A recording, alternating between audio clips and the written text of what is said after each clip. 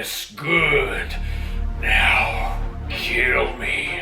No, I'm not like you. Just do it. Do it! Yeah, just fucking do it! What? Just do it! Just kill him, dude! Yeah, do it. Fucking bitch! What I use a bitch? Wait, hold on. Kill him. It's really not that hard. Like, at all.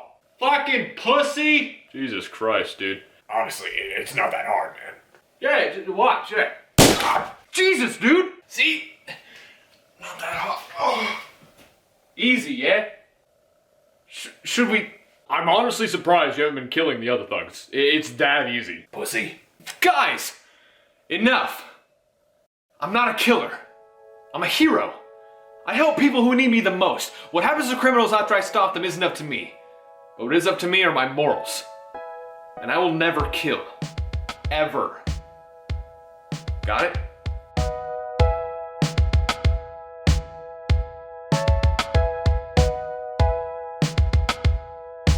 Holy shit, I know who Spider-Man is! Ah!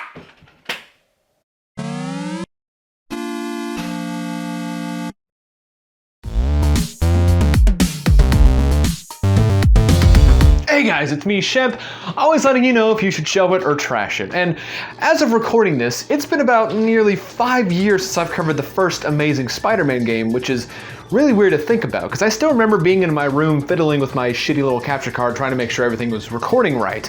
Now, if I remember correctly, I remember thinking the game was pretty good back then, and today it's still pretty good. It's not the greatest Spider-Man game of all time, obviously, but I still think it's okay. Now, a lot of people forget that there is indeed a second game. Now, when on the topic of the movie, people will shit on it no problem, but forget the game, and I don't blame them.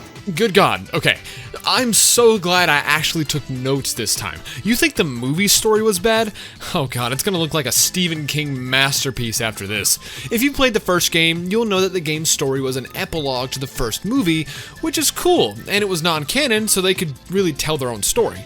This game it's not an epilogue for whatever reason. It's its own story plus the movie.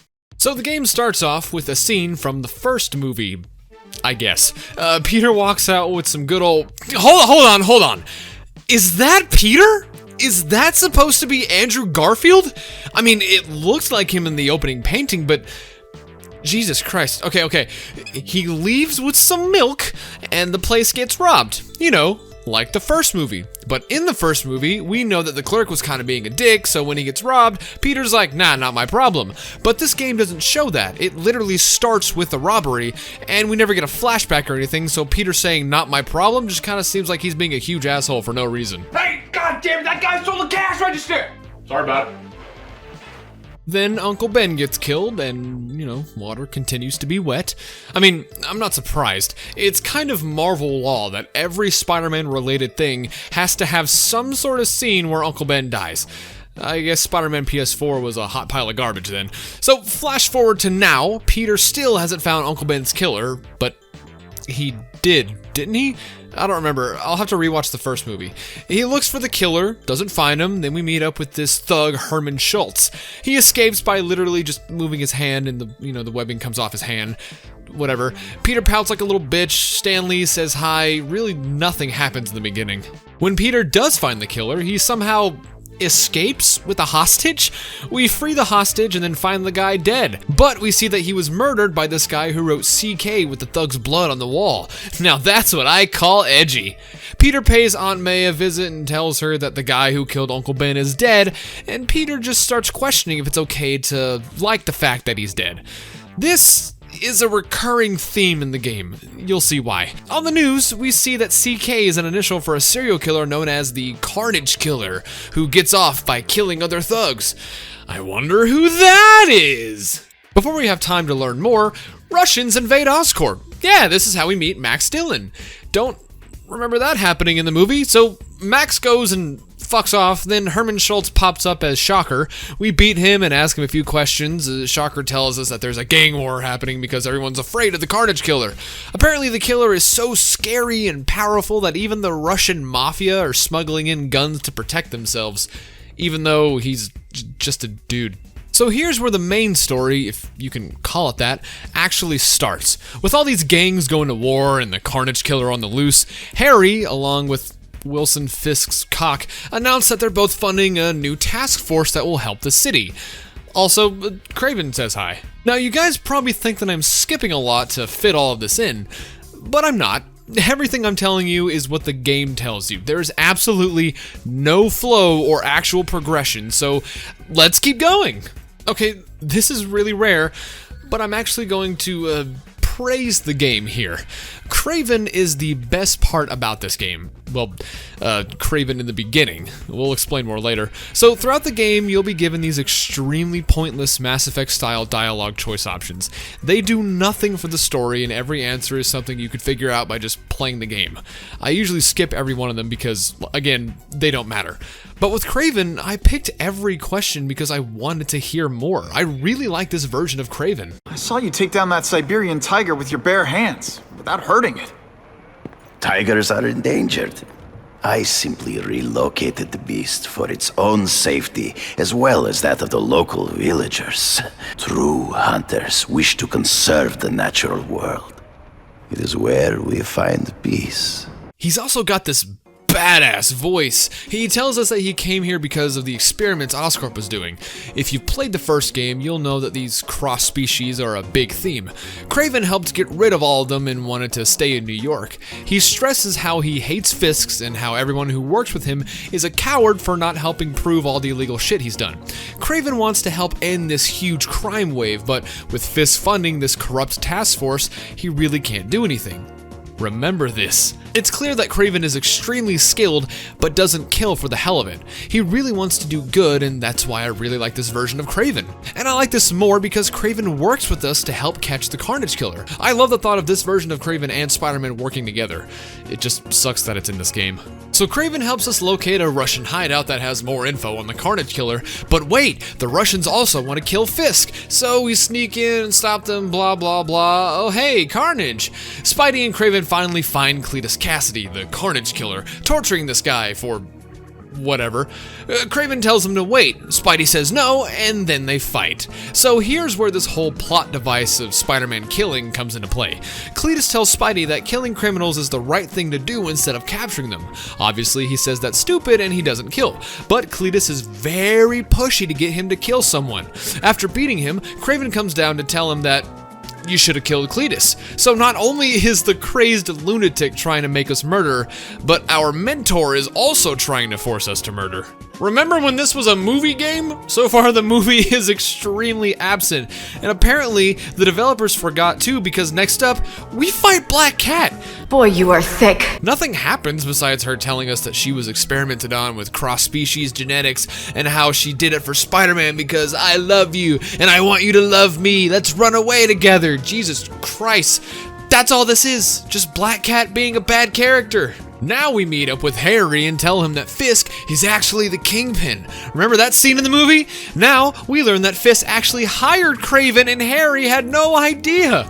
Remember when Kraven told us he hated Fisk and people who work with him are cowards? God, my head hurts. Turns out, Kraven was secretly taking it up the ass by Fisk when Peter left. Then the game tries to tell us that Peter believed Kraven because he had daddy issues or something?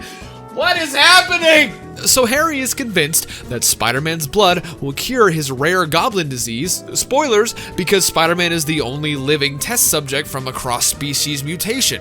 And I like that the game is actually trying to explain this somewhat and explain why it's a bad idea.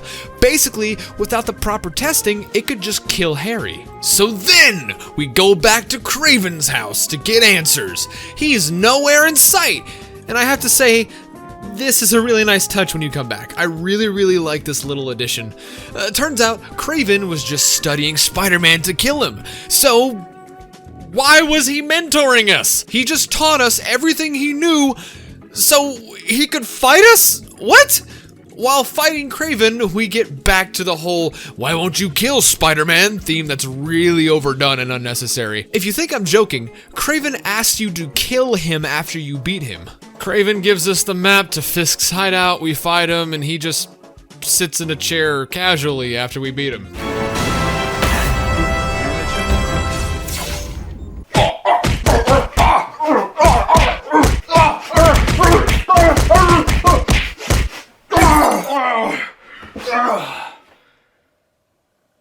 Okay, you won. So we go hack into Kingpin's system and the power goes out. Turns out Max Dillon is causing a ruckus in Times Square. Oh hey! The movie! Holy shit, we did it, guys! We looped back into the movie! He's dead. So that movie's plot's over, so what next? Okay, Harry gets the spider stuff, like from the movie. Oh, and also, Carnage. I don't think they ever explained the symbiote. Ever. Just Carnage now. Okay, Harry turns into Goblin. Does it look like me? No. Harry Osborn's dead thanks to you. That's his voice?! Richard Parker's Spider-Venom. And look, I'm a new man. I just... So then Harry dies just because. Then Carnage takes over a prison that he was in and he makes the goons turn into symbiote goons. I'm not Cletus Cassidy. Not anymore. I'm my true self now. I'm Carnage. He said it! Then Cletus climaxes from talking about death stuff more. Then the game just ends. My God, I need anything.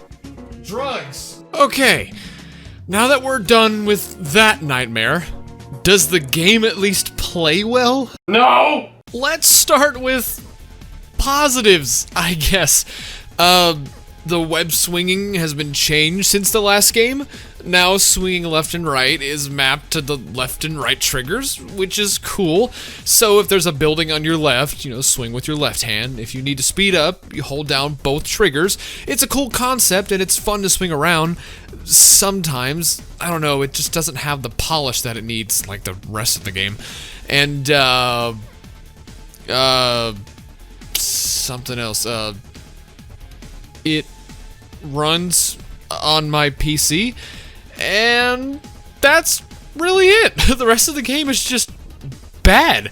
Like, not even fun bad, just bad. The combat is basically the same from the first game, just with like 1 or 2 new additions and animations, I guess. It's usually just swing, fight, with no flair or interest. The only thing that I can think of that I actually enjoyed playing were these Russian hideout missions. You could find these all over the map. They're basically just pretty cool little stealth missions with different layouts every time. And once you beat everyone, you're rewarded with a new suit. I like this way of unlocking new costumes. It's fun. But that's it. The game also introduces this hero and menace system, which in concept is a really cool idea. Basically, the idea is that if you ignore people in need, your menace meter goes up, which slowly turns the city against you. Help everyone in need, and your hero meter goes up.